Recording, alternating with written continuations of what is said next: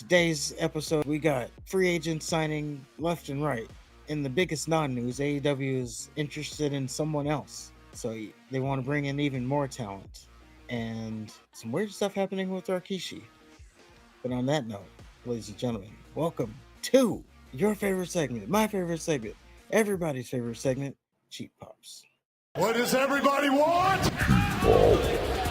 What does everybody need? Oh, another cheap pop. What does everybody love? Well, that cheap pop is there for the taking. So it's super weird, but rikishi, father of Jey Uso, he sent out a tweet earlier this week, and all the tweet said was pray for Jimmy Uso.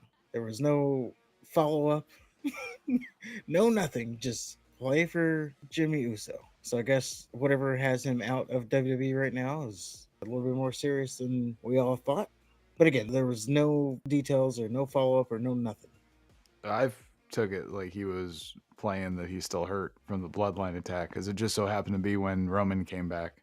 Well, that would be good if it's some kind of storyline, but yeah, not too much to go off of there. That's why that's why we call it Cheap Pops right there. He hasn't addressed it at all since then? No. Nobody's asked him about it? Doesn't he have a podcast? Yeah, but I think that comes out next week. Okay. So I guess we'll learn more then. Next up, are you a fan of NXT Level Up? A big fan. I'm the president of the fan club.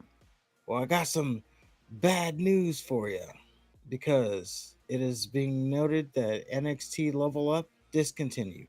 Oh, This is part of the shuffling that NXT is going to do. So I don't even know what that is. But you don't need to. Basically, it was, I don't know, a 1 hour show for the NXT talent, basically dark matches for the NXT talent. So it's being discontinued as NXT will be moving to the CW app. So if you want to watch the rerun of NXT, you'll need the CW app. And we'll be losing NXT Level Up. I've watched maybe not even like 5 minutes of this show. But if you're a fan of NXT Level Up, I'm sorry to say it is being discontinued. What's not being discontinued is Miro. This story broke pretty late in the day, but Miro has officially requested his release from AEW, as the story goes. It's not surprising. Yes, should be a surprise to no one that he's requested his release, but he has. He wrestled like a pay-per-view, hasn't he? Because he was hurt.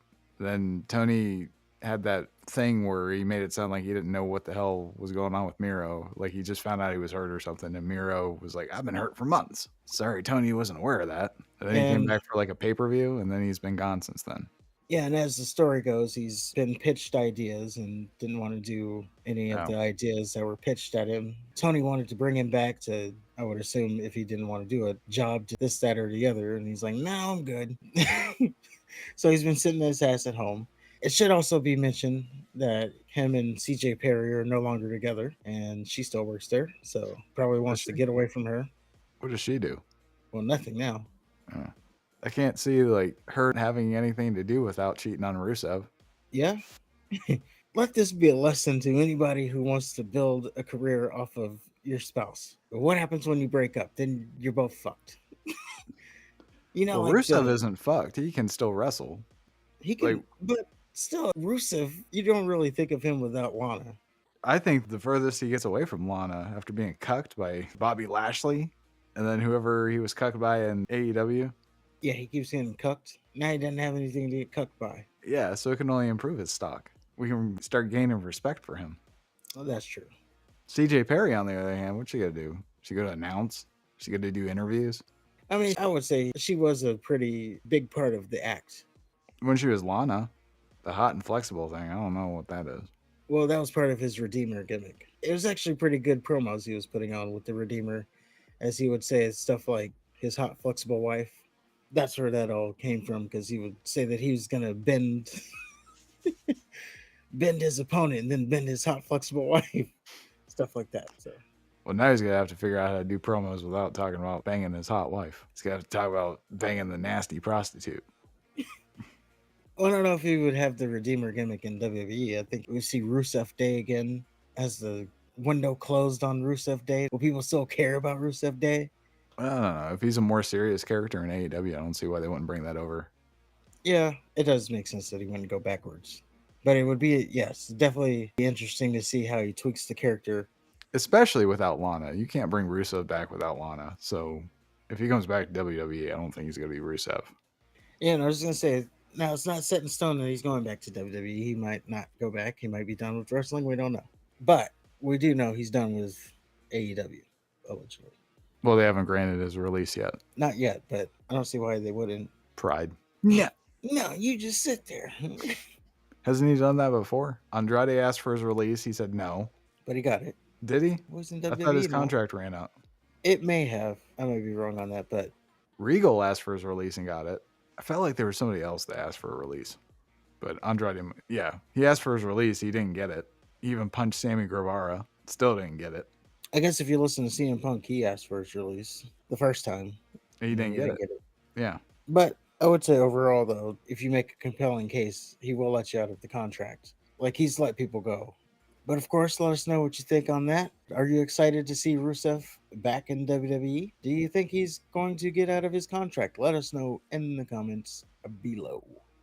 But we do have a couple more things here. That thing is the return of the Saturday night main event. So we heard the rumor when WWE signed with Netflix through all the rigmarole that they were going to have some TV specials, 4 of them to be specific. And it was announced that the Saturday night main event that's coming from WrestleOps returns, and it'll be on December the 4th.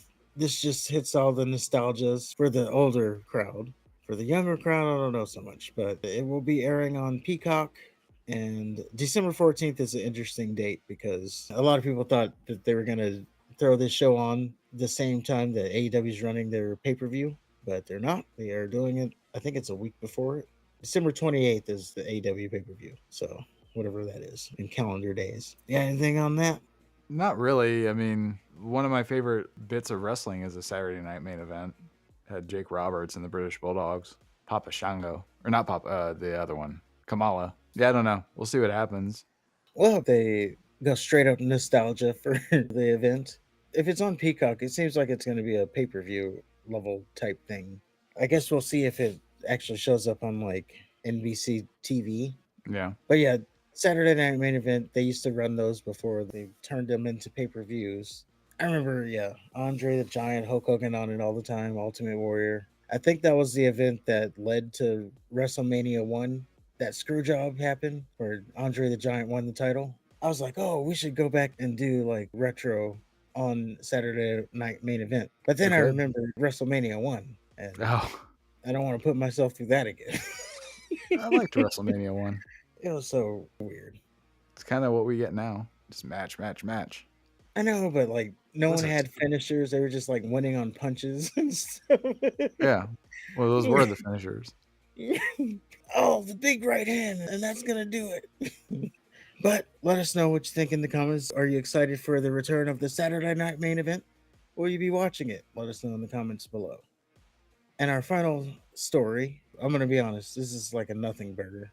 It's kind of been all the stories. I told you it was a weak week. So Kevin Owens, apparently WWE has sent him a contract extension. I don't even have graphics for this. Kevin Owens, they sent him a contract extension to try to get him to resign. And there was a little asterisk that said AEW is prepared to make him a generous offer if he doesn't resign, if he becomes a free agent. So the story is AEW is interested in Kevin Owens. Duh. Like, is that really surprising news that they're interested in Kevin Owens? Well, I guess it's newsworthy because he's friends with the Young Bucks. That's true. But, I mean, they were interested in Ricochet. And he's already running through his dream match. I would be honest, I don't see Kevin Owens even getting close to going to AEW. But I wouldn't be surprised if it happened. But I don't see it happening. At this point, it would be more interesting to see who he doesn't sign. Like, that should be the news now. Like, oh, AEW is not going to sign this free agent. They're not interested. That's the news. Do you want Kevin Owens in AEW? Do you think he's going to re-sign with WWE? Let us know in the comments. Sound off below.